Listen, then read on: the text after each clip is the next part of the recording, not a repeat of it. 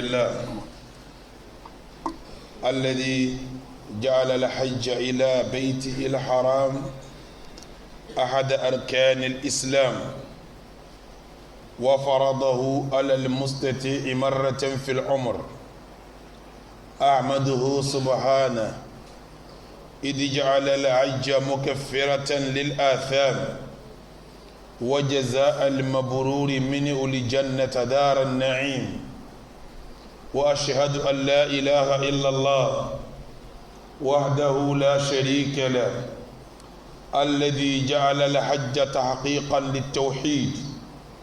ومظهرا للوحدة والاتحاد وأظهر به قوة الإسلام وأغاظ به أعداء الملة. وأشهد أن محمدا صلى الله عليه وسلم عبد الله ورسوله الذي بين المناسك وأمر أن يأخذها عنه كل ناسك صلى الله عليه وعلى آله وصحابه الذين آمنوا به وعزروه ونصروه واتبعوا النور الذي أنزل معه أولئك هم المفلحون. أما بعد، فيا أيها الناس اتقوا الله حق تقواه واسعوا إلى ما فيه رضاه وجانبوا ونأوا عن كل ما يكرهه ربنا وينهاه، فإن ذلك هو عنوان الصلاح والبشير بالفلاح والفوز بمتجار آل الرباح. عباد الله، الحج في الإسلام ركن عظيم فرضه الله سبحانه وتعالى على المسلم المستطيع بقوله تعالى: ولله على الناس حج البيت من استطاع إليه سبيلا ومن كفر فإن الله غني عن العالمين. عباد الله، ولا يزال الناس يحجون منذ أن رفع إبراهيم عليه الصلاة والسلام القواعد من البيت وهدن في الناس بالحج كما أمره ربه عز وجل إلى يومنا هذا، ولا ينقطع الحج طالما على الأرض مؤمن. عباد الله، فالحج جهاد من لا جهاد له وباب من أبواب الجنة فيه منافع عظيمة ومنحهم من الله تعالى كريمة يتجلى فيه التوحيد وتظهر به السنة وتتوحد به الأمة ويتحقق لمن شهده الفقه في الدين والتعاون على البر والتقوى بين المسلمين، ويرفع فيه ذكر الله وتعظم فيه محرمات الله وشعائر دينه، ويتذكر به الناس البعث من القبور والتوجه إلى موطن الحشر والنشور والإصاب والأرباح والخسران. عباد الله، أيها المؤمنون الكرام، قال الله سبحانه وتعالى: وأذن في الناس بالحج يأتوك رجالا وعلى كل ضامر يأتين من كل فج عميق ليشهدوا منافع لهم ويذكروا اسم الله في أيام معلومات. عباد الله، بين الله سبحانه وتعالى في هذه الآية الكريمة أنه شرع الحج لعبادته وفرضه عليهم لينالوا به فوائد عظيمة ومنافع جزيمة، منها ما تعرفونه ومنها ما تجعلونه. عباد الله، وهذه المنافع والفوائد متنوعة مختلفة، فمنها ما سنذكره قريبا بإذن الله. adúpẹ́ fọ́lọ́run ọba tó ṣe pé ó ṣe ká lọ sí Mákà ní ìkan nínú àwọn erigun Islam tó lágbára. àwọn tó ṣe lọ́ranyàn fún ẹni jẹ́ múmìnì tipa rẹ̀ bá ká ní. hajj yìí ọba mi ṣe lọ́ranyàn kó lè jẹ́ mukaffiratan lil atham, gbogbo ntí ń jẹ́sẹ̀ tá a bá sáájì ẹ̀ṣẹ̀ yẹn ó parí.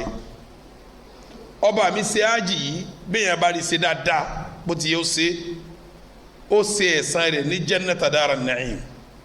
èyàn ń parí ájì báyìí wọ́n dẹ̀ sọ fún un pé ọ̀dọ̀ mà àlìjánnà. ájì yìí ọba mi ṣe ní ìtààmà ṣe táàmà rí ọ̀nù níbẹ̀. kí n tó máa bá kútùbà lọ mo jẹ́rìí bí kọ̀sẹ́ni tó lẹ́tọ̀ọ́ sísìn àfi Allah. mo dẹ̀ jẹ́rìí pa Nabi wa Muhammad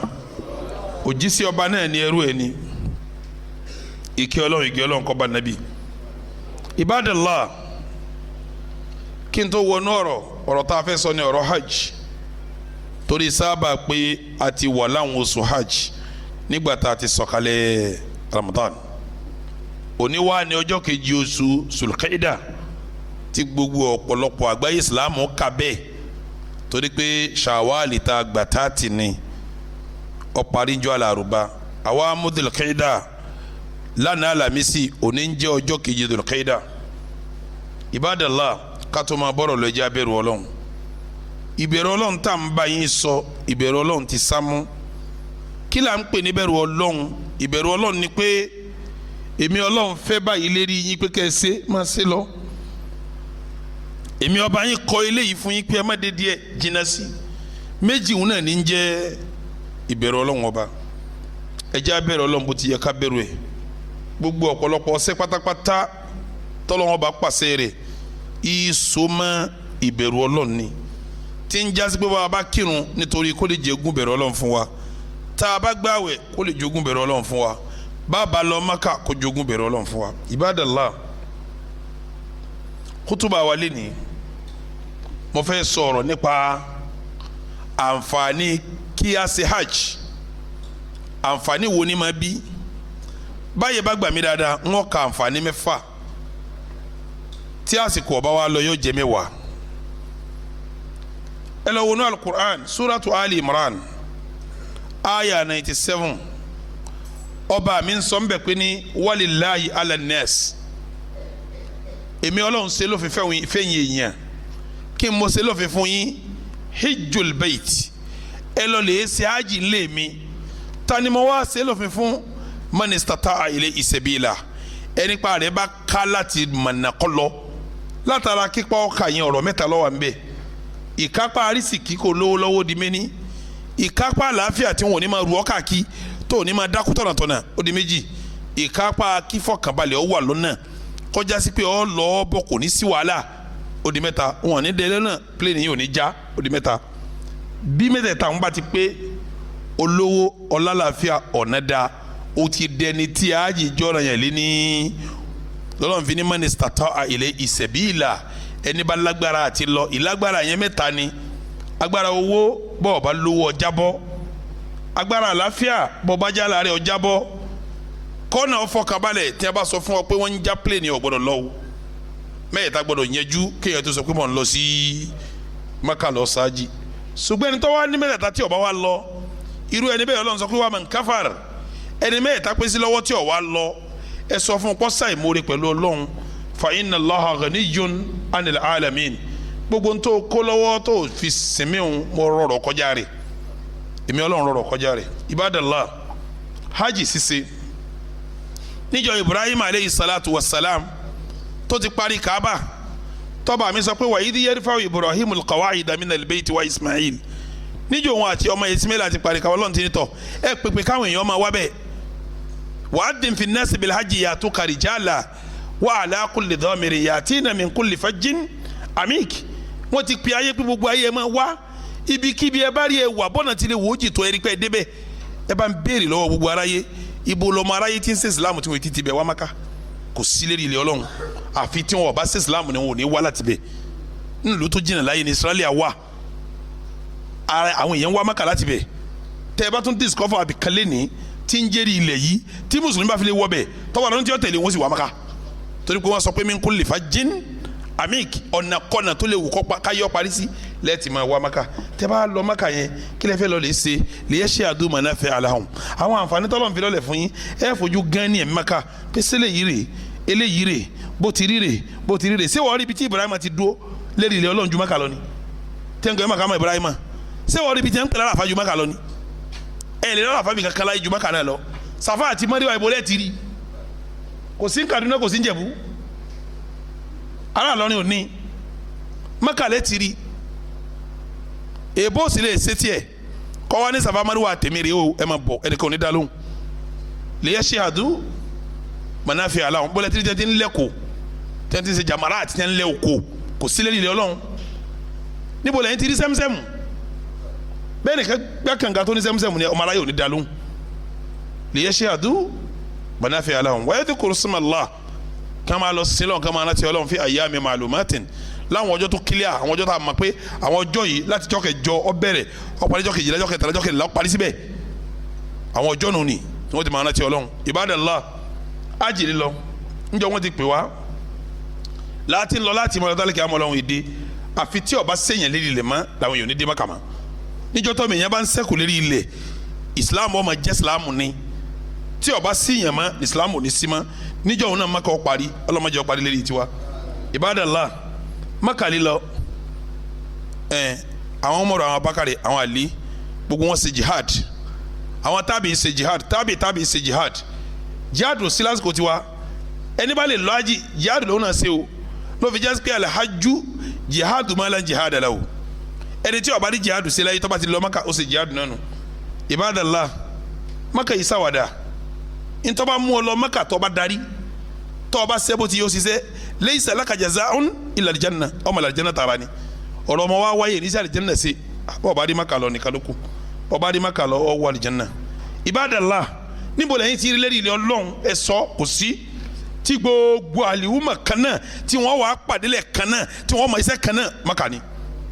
kò sí mọ́ ibẹ̀ láti ń ṣe general conference mùsùlùmí ayé tí mùsùlùmí pàdélẹ̀ kan náà tí wọ́n máa ṣe conference tí ìmáàmù kan wá ṣe útúbà fún gbogbo ẹni tó wà ní Mínà tí wọ́n ṣe bá fún gbogbo ẹni tó wà l'Árafà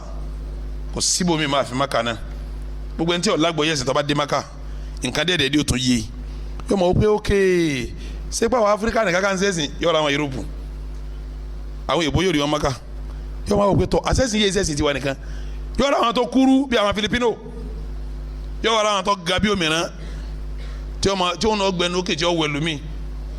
mọ̀ pé èèyàn tó ga báyìí láyé Mákà lẹ́ ti rí gbogbo ẹ̀ lè rí nbòmí bọ́ọ̀dù Amẹ́ríkà ò lè rí rẹ̀ bọ́ọ̀dù Rọ́ṣíà ò lè rí rẹ̀ àfi kó dé Mákà ló tó rí rẹ̀ bí yẹn bá dé Mákà yọ ọmọ pálíkì àmọ́ wá tí a bá ń sọ fún pé wọn ó gbé wa dìde yawma yaqumu nnasu li rabbil alamin tó bá dé Mákà yóò yí ọ torí bí tó bá dúró sí Mákà báyìí ó wo èrò lọ́wọ́jú rẹ ojú rẹ ò lè ká èrò nìtàn tó bá wẹ̀yìn àwọn tó wà lẹ́yìn ojú rẹ ò lè ká wọn tán ọ̀tún ò lè rí bí wọ́n pín sí òsì ò lè rí bí wọ́n pín sí tó ọmọ àwọn kébò làwọn yẹn yìí ti ń bọ̀ níbo ni wọ́n lọ 24 hours tó bá ń lò ní Mákà ní Mínà lára àfàbí ó ti rí nánu kò sí àsìkò kankan ju ẹ ló fi mọ̀ pé ọba àdìjọ́ àlìkíyàmà bá ti pọ̀ yín náà síbi wọ́n ti gbé wa dìde rè ẹ bá dé Mákà yọ ọmọ pé wọ́n gbé wọn dìde jọ́ àlìkíyàmà ibẹ̀ ló ti mọ̀ pé kò ní èèyàn ò ní tuma Ọlọ́run nìkan ló ní tuma tọ́lọ́ padà wá rí gọ́fìnà lu yín ó rí tóun náà lọ sọmọ dì í tí ó da sọ́bọ́ra ó padà rí mínísítà tí wọ́n mọ̀ tí gbọ̀ngbọ̀n tóun náà mọ̀ gba títì tí ó dìde òní ṣiṣẹ́ kò sẹ́ni kankan tí ní tuma ń bẹ̀ kò sí bẹ́ẹ̀ yẹn jẹ́ pírẹ́sidẹ̀ntì ayé tó bá dọ̀hún yọ bọ́ pàǹtì yọ lọ́ọ̀dì kò ní wọ pàǹtì yọ máa lọ́ọ̀dì bí wọn náà ti lọ́ọ̀dì lọ́wọ́ lọ́ọ̀dì ẹ máa pàdé mi ní ẹ máa pàdé lálàfẹ́ ẹ máa pàdé ẹ máa pè á bílíọ̀nù àlùwárí tó bá pè é sàlámù yọ kí ọ dáadáa tó wà pé àsọ̀rọ̀ yìí lè yẹ pẹ́rẹ́ rẹ báyìí wọ́n kàlẹ́ ti ríru ẹ̀ Ibadallah yóò yí ọtọ́ bá dé Mákà pé tí a bá ní wọn kó àjọjọ àlìkíyàmọ̀ wọn sàkáǹtì kìíní yóò rí bẹ́ẹ̀ tó tọ́ tọ́ba rí bẹ́ẹ̀ tí ń lọ tùtùtùtù tí kálukú ń sáré kó ń sáré lẹ́kọ̀ọ́ kó ń tètè dé Mínà kó ń tètè dárafá kó ń tètè dégbà tí kálukú bísí pẹ̀lú sẹ́ pẹ̀lú tí ma pé wàá dijọ́ àlìkíyàmọ̀ yóò bísí pẹ̀lú pàtẹ́ ọkà fọlọ́n nítorí mo bísí ń bí náà tọ́ba dijọ́ àlìkíyàmọ̀ yóò segin ni yóò bísí Ibadallah àwọn àǹfààní wo wà láàjì fẹ́ bí fẹ́ni tọ́ba sáàjì tọ́lọ́ ní lè yashhadu manafi'a lahum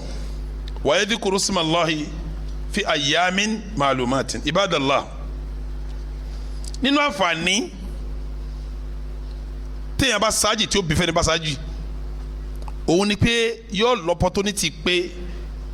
yóò bẹ̀rù Ọlọ́run kò sí bó ti lọ Mákà tí bẹ̀rù Ọlọ́run ọba rẹ̀ ò ní ga sí. torí sábà pọ̀ wá rí pé gbogbo yẹn kírun ẹ̀ sàn lọ mọ́sálásí lẹ̀ sàn darí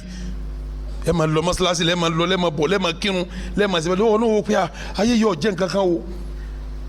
ayé yóò jẹ́ nǹkan kan o gbogbo àwọn olówó àwọn ọlọ́lá àwọn èèyàn pàtàkì ó rí wọn tí wọ́n sá mójú tẹ́sìn ni wọ́n náà wá rí pé bí wọ́n ti lówó tó ti lọ́lá tó àwọn náà tó ń ṣe lọ́hùn àti gbogbo tí wọ́n ní yóò nítumọ̀ lọ́lọ́ mi sọ pé watazawwadu fa inna khayra zadi taqwa wattaquni ya ulil albab ẹ bẹ̀rù mi ẹ̀yin tẹ́ bá ní làákàyè ẹ gbọ́n tọ́lọ́ tó wí ni ọlọ́ni dhalika hajj tí mo ní ẹ ṣe wa man yu'adhdhim sha'air Allah ẹni bá pàtàkì sí hajj bó ti yọ pàtàkì rẹ̀ fa innaha min taqwal qulub yóò jogún bẹ̀rù Ọlọ́run sínú ọkàn rẹ̀ bóni yóò ṣe sáájì tí ò ní bẹ̀rù Ọlọ́run Ọlọ́run ní wadhkurullaha ẹ máa rántí èmi Ọlọ́run fi ayyamin ma'lumatin láwọn ọjọ́ tí mo ti lísì fún yín tẹ́ fi sì bẹ̀rù Ọlọ́run faman ta'ajjala fi àwọn ọjọ́ tẹ́ lómìnira Ọlọ́run wímẹ̀ wo waman ta'ajjala fi yawmayn ẹni bá lọ́jọ́ méjì mìíràn fala ithma alayhi kò jẹ̀bi waman ta'akhkhara fala ithma alayhi kò jẹ̀bi waman ta'akhkhara ẹni bá lójú bẹ́ẹ̀ lọ́tọ́ lọ́jọ́ mẹ́ta fala ithma alayhi kò lẹ́sẹ̀ dhalika liman ittaqa àmín tí ó lọ́jọ́ mẹ́ta àwọn bẹ̀rù mi Ọlọ́run ni wattaqullaha ẹ bá ti wá sísẹ́ ajé ẹ bẹ̀rù mi ẹ bá fi sáájì tí ó bẹ̀rù Ọlọ́run kò tó lè bẹ̀rù Ọlọ́run mọ́ tí ó fi lọ́ bọ́lọ́run bẹ́ẹ̀ bá lọ Mákà tí ọba bẹ̀rẹ̀ Ọlọ́run jẹ́ orí bẹ̀rù mọ́tò bẹ̀rẹ̀ Ọlọ́run ni torí ká ó ríra rẹ kó nítumọ̀ Ibadallah nínú tí ó jogún fún yẹn nu ìbẹ̀rù Ọlọ́run bẹ́ẹ̀ bá lè sáájì ẹ̀yin tẹ́ ń lọ ajé múra dáadáa ẹ lọ opportunity táwa tá wà ń lé tá a ní tí kírímìnà bá lájì àwọn tí a ń gbé yàn àwọn tí a ń pààyàn àwọn 419 àwọn jìbìtì àwọn onísìn náà àwọn ọ̀mùtí àwọn ọ̀daràn márùn tí wọn bá fi lè lọ àjì tí wọn bá fi lè sisi àjì yẹn bó ti yẹ kí wọn ó ṣe gbogbo ẹ̀ṣẹ̀ tí ń bẹ láàrin àwọn àtọlọ́hun Ọlọ́hun ó parí ẹ̀ṣẹ̀ tí ń bẹ láàrin àwọn àtọlọ́hun Ọlọ́hun ó ṣe kí ni lọ́pàá wẹ̀rẹ́ anabi wa Muhammad nínú àdìsí tọ́lá làáfíà Buhari gbà wá Muslim gbà wá anabi ni man hajja ẹni bá sáájì wala mu yarifus kọlọ́dà kpala sinalọ́n wala mu yafsuk kò dé Maka kọ́ ya jàǹdùkú síbẹ̀ rọ́jà yóò wá darí Maka min dhunubi wíwẹ̀ tó bá ti ṣẹ̀ kayawmin waladatihu ummuhu gbogbo ẹ̀ṣẹ̀ wọn wà parẹ́ yóò wá dàbí ọmọ tí ìyá rẹ̀ ṣẹ̀ṣẹ̀ bí ọmọ tá a bá bí ẹ̀ṣẹ̀ wo lọ́ṣẹ̀ ọmọ bẹ́ẹ̀ kẹ́ lákìyèsí o anabi oni sọ̀rọ̀ kó yegin o anabi ni man hajja ẹni bá lọ Maka wala mu yarfuth tí ó lọ ṣiṣẹ́ ṣìnà lọ́hùn ìtumọ̀ ẹni pé àwọn kan lọ́hùn tí wọ́n lọ ṣiṣẹ́ ṣìnà nù o ló fi jẹ́ pé ẹ bá dé Maka ẹ bá wọn tí wọ́n máa ṣe ju tí wọ́n máa ṣe sí obìnrin bẹ́ẹ̀ o mọ̀jẹ̀ ọbọ̀ lójijì anabi ti ní àwọn tí wọ́n lọ́hùn tí wọ́n lọ ṣerú ẹ̀ ìtumọ̀ ẹni pé àwọn kan máa wá bẹ̀ tí wọ́n máa ṣe kíni wala mu yarfuth kò ṣe jàǹdùkú ìtumọ̀ ẹni pé àwọn kan ó ṣe jàǹdùkú lọ́hùn àmọ́ tó bá lọ Maka tiẹ̀ o huwa sina o sọ̀rọ̀ sina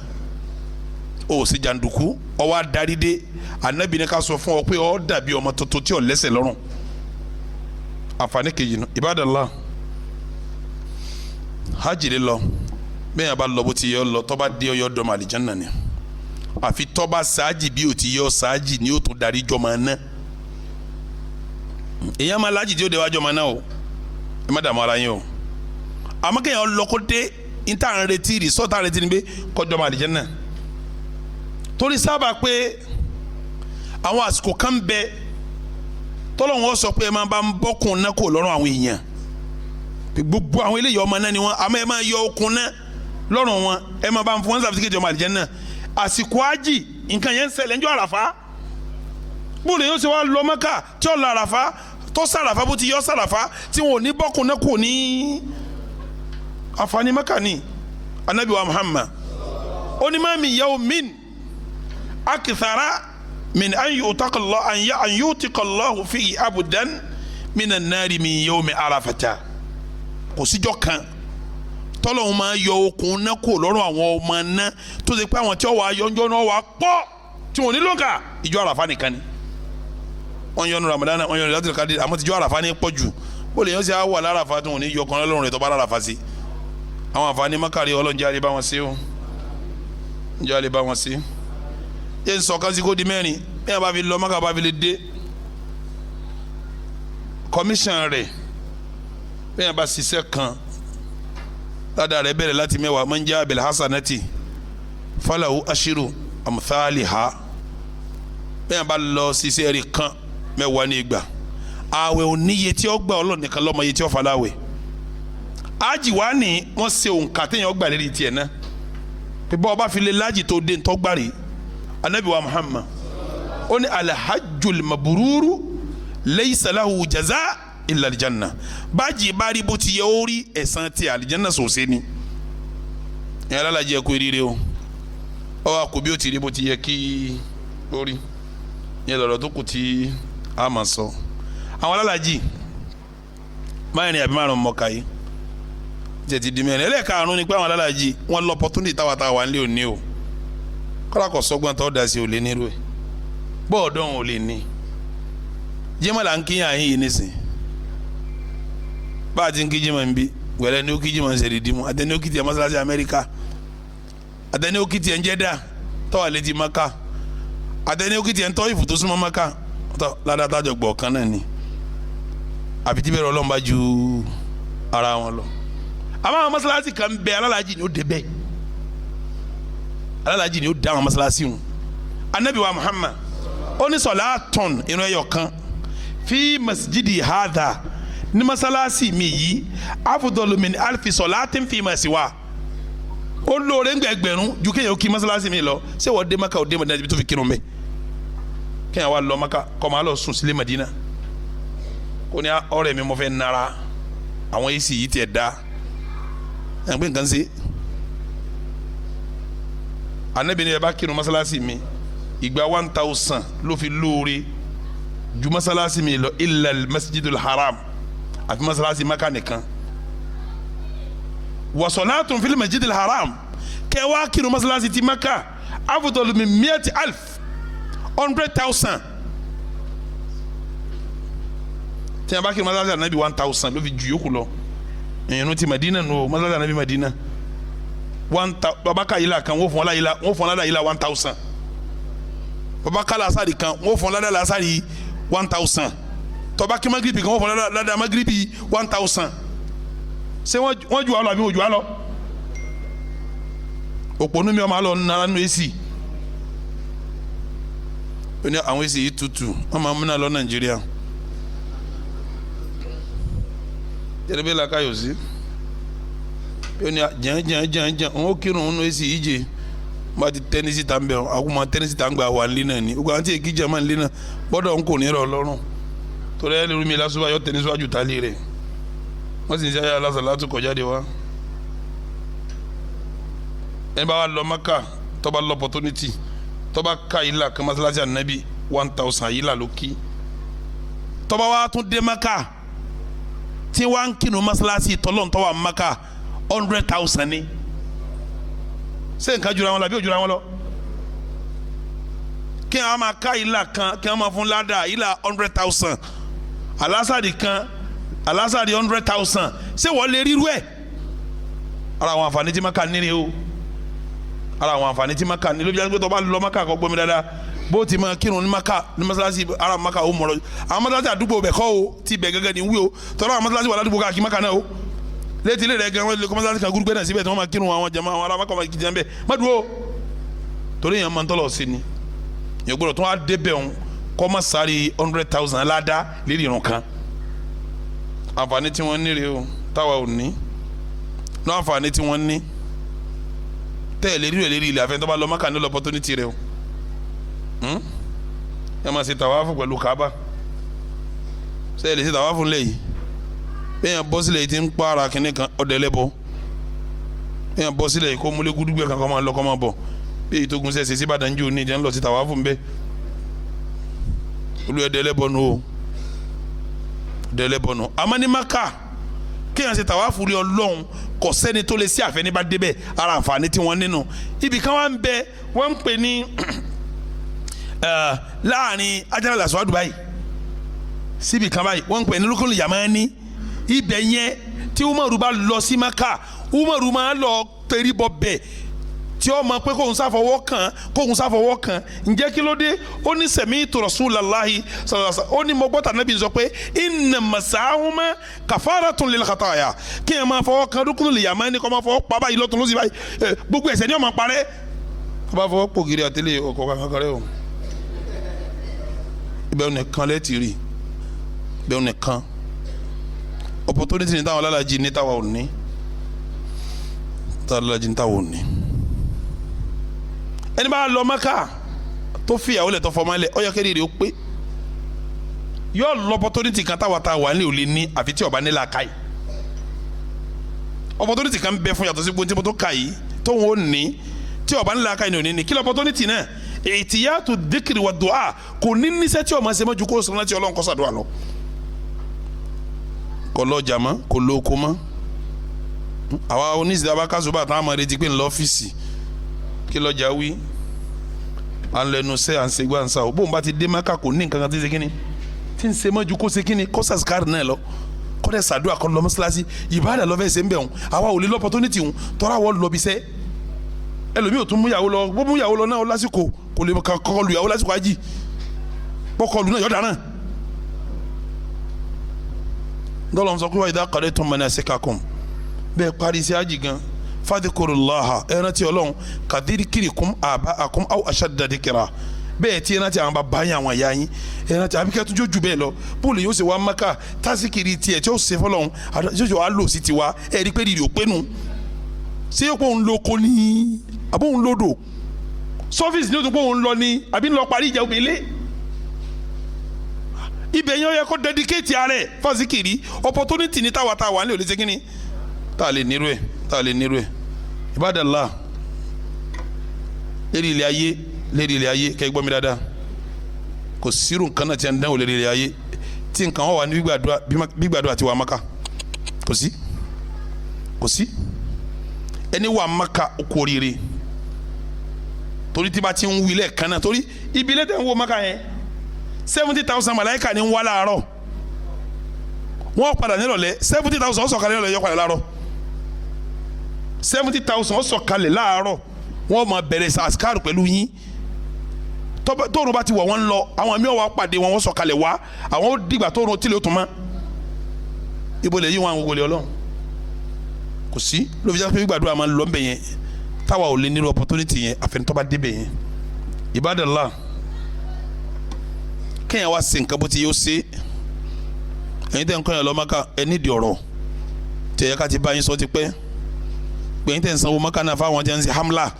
àwọn agency àbí kílẹ̀ ń pè wọ́n tẹ̀ ń fi ájì ṣe business ẹ yẹ kẹ́ bẹ̀rù Ọlọ́run ibi èyàn ti lo sẹ́ẹ̀sìn tó yẹ kó ṣe àkọ́dílé tó ju Mákà lọ sí ẹ̀yin tẹ̀ ń kó wọn lọ Mákà tẹ̀ ń bá yé wọn jẹ́ torí owó ẹ bẹ̀rù Ọlọ́run o ma kó wọn ṣe ziyara masala àlìjẹnu káàkiri bẹ́ẹ̀ tí wọ́n ṣe àlìjẹnu gan ṣe ziyara ntọ́ yẹ mójútó àmọ́ kò tó pé ziyara ti dòwò wọ́n gba mọ́tò yẹ rówó ń bẹ̀ ṣé ziyara ní sí ají ibi èyàn ti ṣiṣẹ́ bó ti yẹ kórí Mákà ni tọ́lá Nábì ní khudhu anni manasikakum bẹ́ẹ̀ bá ti sájì ọ̀dọ̀ mi ní ẹ ti ṣe kíní bẹ́ẹ̀ bá lọ ají mi ó yẹ kó ṣe tónítóní pé ẹ dákun bọ̀lá Nábì ti dúó ẹ dákun àdúrà wo ló ṣe yà yín ẹ dákun bò ló ti yẹn nẹ́fẹ̀lẹ́ àti ẹ̀ ẹ dákun ní yọ àràfà bò ní ń ṣe wọ́n ti mú wàrà wọ́n náà wọ wàrà wọ́n máa mú wọ́n ní wàrà lànàbí mi bá ń wá mílíkì yọba sí wàrà kí lànàbí ṣe ń jọba yìí bò ló ti ṣe síbi tí yóò ti lọ opportunity wọn tó ju Mákà lọ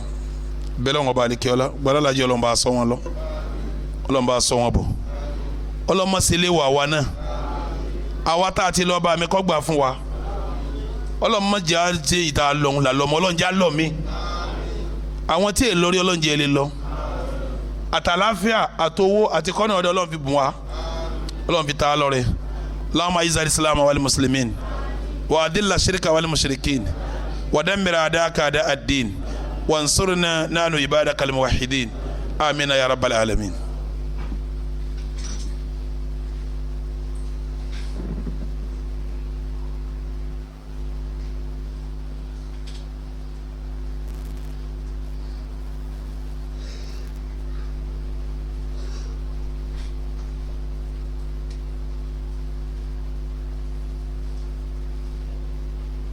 alhamdulillah wassalatu wassalamu ala rasulillah wa ala alihi wa ashabihi wa sa'iri man wala wa ashhadu an la ilaha illallah wahdahu la sharika la wa ashhadu anna muhammadan abduhu wa rasuluhu rabbana salli wa sallim wa barik ala abdika wa rasulika muhammad kama sallaita wa rahimta wa barakta ala ibrahim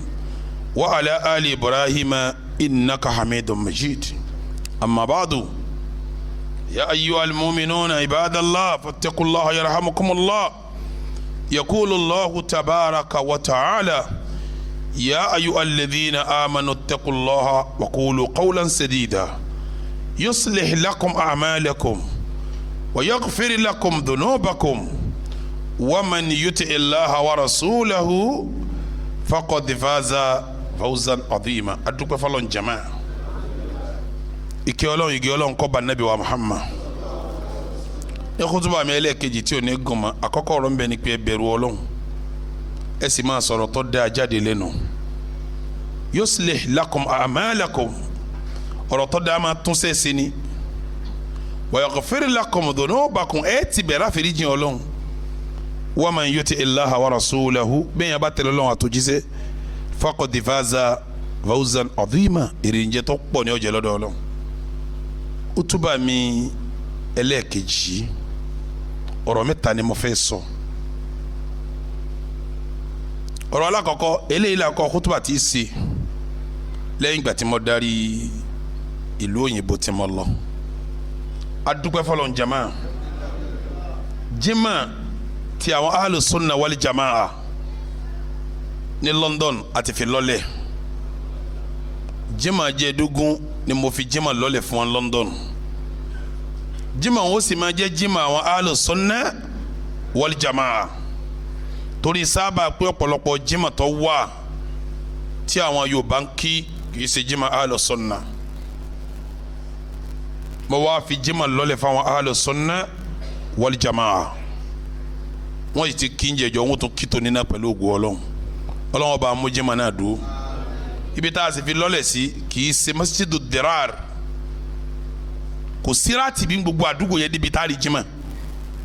kò síráàtì bí ní gbogbo àdúgbò yẹn débi tá a rí irun kí tá a ráyè tá a ti kí èmi gan fẹ́ kí jama mi ò rí ibi tí mo ti lè kí jama our first láti create jama sínú ilé tí a dé sí pẹ̀lú àwọn tá a jọ wà ń bẹ̀ pé a kí jama ni mà náà kò sí masalasi gan tí wọ́n ti kíra ti bi débi tá a sọ̀rọ̀ ọ̀run jimá mo sì wá ní a wà fi jimá lọ́lẹ̀ láti bí ó sì máa tẹ̀lé àti wà fi jimá lọ́lẹ̀ asọ́ ní masjidu sunna fi London masalasi sunna ń lo ọlọ́nkọ́ gba ní bàdà fún wa yíò ń jọ́rọ̀ alákọ̀ọ́kọ́. ọ̀rọ̀ ẹlẹ́ẹ̀kejì àwọn oṣù tá a wà ń bẹ̀ yìí orúkọ tí jẹ́ ní al-ashhuru al-hurum àwọn oṣù abẹ́wọ̀ anabi wa Muhammad nínú hadisi Abubakar anabi nsọ́n bẹ̀ pé hadisi ń bẹ ní Buhari àti Muslim o anabi ní inna zamana ẹ̀rí gbà kọ́dí stadara kahayatihi ó yí bíi tí máa yí bíi tí yí ló yí wọn yawma khalaqa samawati wal arda níjọ́ Ọlọ́run ti dá sánmà méjèèjì àtìlẹ̀ méjèèjì gbígbà àti yí náà ní yí yìí asana ìta ń pè lọ́dún kan ìfina ashara shaharan oṣù méjìlá ni minha arba'atu hurum mẹ́rin kan bẹ́nu méjìlá ń tọ́jú oṣù àbẹ̀wò thalathatun mutawaliyat mẹ́ta ń bẹ tẹ̀lé ara wọn dulqaada dulhijja wa muharram dulqaida la wọ̀ yìí o di méjìlé ni ní o jẹ́ afẹ́nu kan ọ̀rọ̀ oṣù àbẹ̀wò ni dulqaida la wọ̀ yìí dulqaida di méjìlé ni wa dulhijja oṣù kejì muharram tó jẹ́ oṣù haram oṣù àbẹ̀wò dulhijja ní jẹ́ lẹ́yìn lọ́wọ́ kan wa muharram lọ́kàn muharram ìjà pé dulqaida dulhijja muharram oṣù àbẹ̀wò ní mẹ́tẹ̀ẹ̀ta tó tẹ̀lé ara wọn wa rajab ẹ̀kẹ́ ni wọ́n wá ní rajab shahar mudar tó ti kójú àwọn ará Maka ni àwọn family mudar ni alladhi bayna jumada wa sha'ban láàrin jumada al-akhirah àti sha'ban ní Rajab zekini lọ́bọ̀ sí ibadallah àwọn oṣù wọ̀nyí kí ló tà fi ń pè lóṣù àbẹ̀wò ẹ lọ lè wo suratu Tawbah aya 36 ọba mi sọ mẹ́ pé inna iddata shuhuri ẹ̀rọ ka oṣù indallah lọ́dọ̀ Ọlọ́run gan ithna ashara shaharan fi kitabillah oṣù méjìlá ní njẹ́ Ọlọ́run tó ti dáyé yawma khalaqa samawati wal ard njẹ́ Ọlọ́run dá sánmà tó dálẹ̀ méjìlá ní oṣù méjìlá ní njẹ́ ọdún kan minha arba'atu harum mẹ́rin kan bẹ̀ tójú sọ àbẹ̀wò Ọlọ́run ní fala tadlimu fihinna anfusakum láwọn oṣù àbẹ̀wò wọn ẹ gbọ́dọ̀ ṣàbòsí fúnra yín o àwọn oṣù yìí àbòsí wáyé o àwọn oṣù yìí àbòsí kì í wáyé àbòsí kì í wáyé lóṣù yìí oṣù yìí tọ́lọ̀ ní fala tadlimu fihinna anfusakum ẹ gbọ́dọ̀ ṣàbòsí fúnra yín níbẹ̀ oṣù yìí èyí dá wàhálà lẹ́ mbẹ̀ èyí ṣàbòsí fúnra ẹni mbẹ̀ nínú àdìsí àrígbà lérí oṣù yìí bọ́ọ̀ tó jẹ́ sí pé àwọn àfa kan wọ́n sọ pé àwọn àdìsí wọn lálàáfíà àwọn kan sì fi ìlàlàáfíà rẹ̀ múlẹ̀ pé èyí a máa gba àwẹ̀ ọjọ́ kan a máa sinmi ọjọ́ kan lóṣù al-ashhuru al-hurum sawmu yawmin wa iftaru yawmin àwẹ̀ ọjọ́ kan ìsinu ọjọ́ kan ibadallah àwọn oṣù yìí èyàn kún fún ẹ̀sìn níbẹ̀ èyàn kún fún bẹ́ẹ̀ lọ́run níbẹ̀ èyàn sì kún fàdúrà níbẹ̀ ọ̀rọ̀ mi di kẹ́ẹ̀lì mọ́ bó sòun ti lágbára tó sẹ́mọ̀ pé bẹ́ẹ̀ láti sáájì ara tó fi lágbára nù mo dá yìí ń do bẹ́ẹ̀ ọ̀rọ̀ tí wàá jẹ́ kẹta tí ìfi wá dún ní kútùbà mi ẹlẹ́ẹ̀kejì abẹ́lẹ́ wọn bá lè kí ọlá Allahumma thabbitina ala dinik Allahumma thabbitina ala dinik wasta'milna li ta'atik warda anna ya rabbal alamin àwọn Lárúbáwá lọ́ndì 23 oṣù yìí oṣù tó lọ jèrè sóni ní 5 ti July 23 oṣù tó lọ àti 24 rẹ̀ àwọn Lárúbáwá kójọ ní Bahrain àwọn olókójọ nù wọn àwọn president Lárúbáwá wọn kójọ ní Bahrain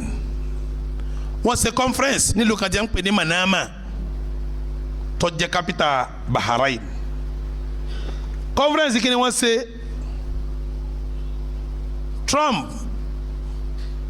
president America ó gbé project fún wọn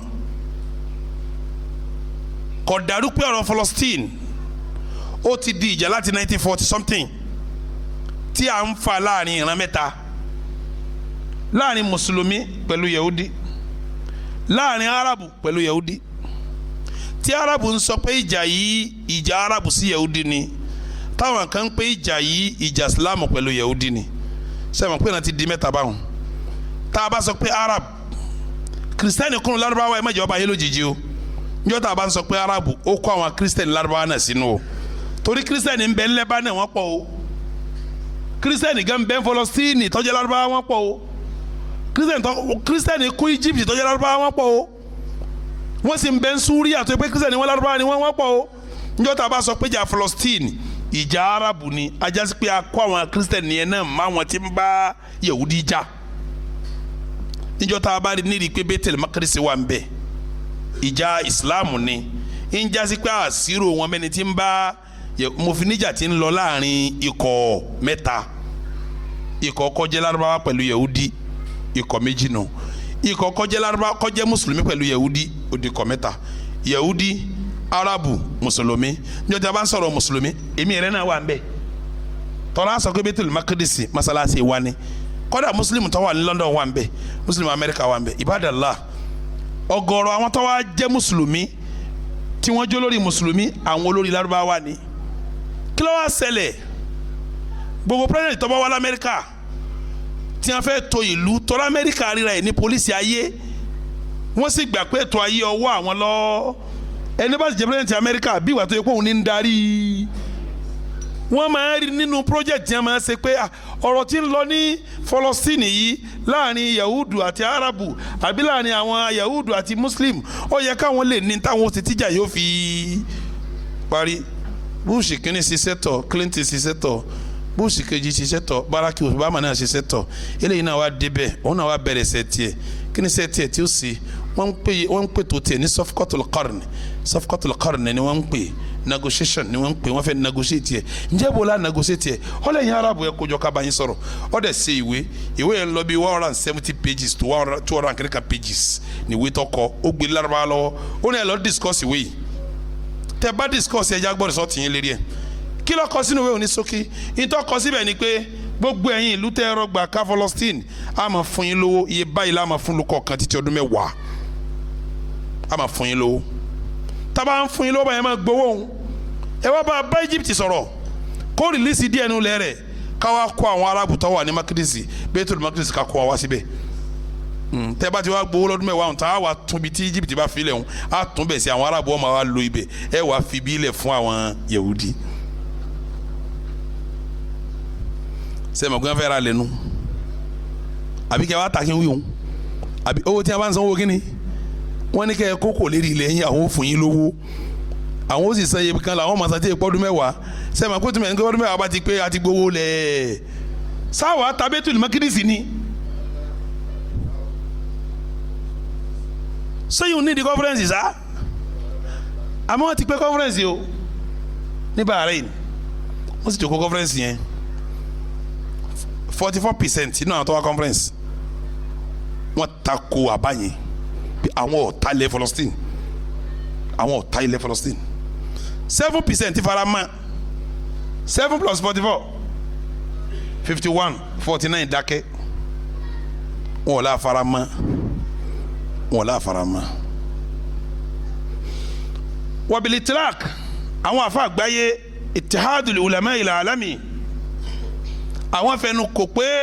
ilẹ̀ Palestine ilẹ̀ yẹn yìí ṣe ilẹ̀ nìkankan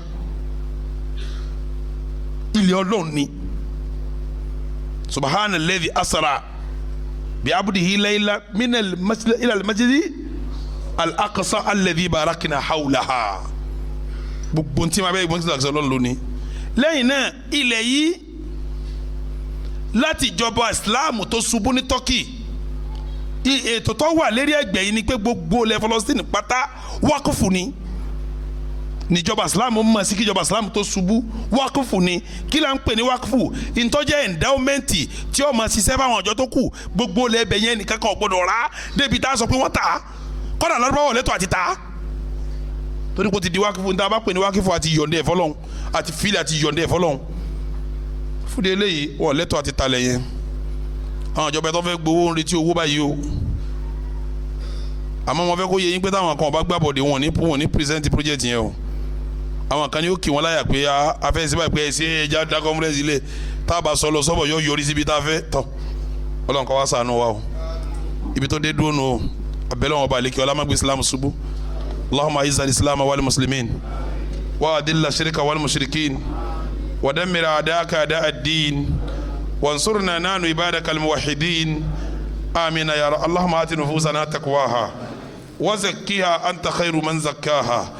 أنت وليها ومولاها ربنا لا تزغ قلوبنا بعد إذ هديتنا وهب لنا من لدنك رحمة إنك أنت الوهاب ربنا لا تؤاخذنا إن نسينا واخطأنا ربنا ولا تحمل علينا إصرا كما حملته على الذين من قبلنا ربنا ولا تحملنا ما لا طاقة لنا به واعف عنا واغفر لنا وارحمنا أنت مولانا فانصرنا على القوم الكافرين اللهم صل على محمد وعلى آل محمد كما صليت على إبراهيم وعلى آل إبراهيم إنك حميد مجيد وبارك على محمد وعلى آل محمد كما باركت على إبراهيم وعلى آل إبراهيم إنك حميد مجيد ويا فوز المستغفرين ويا سعادة التائبين والحمد لله. أقيم الصلاة عباد الله.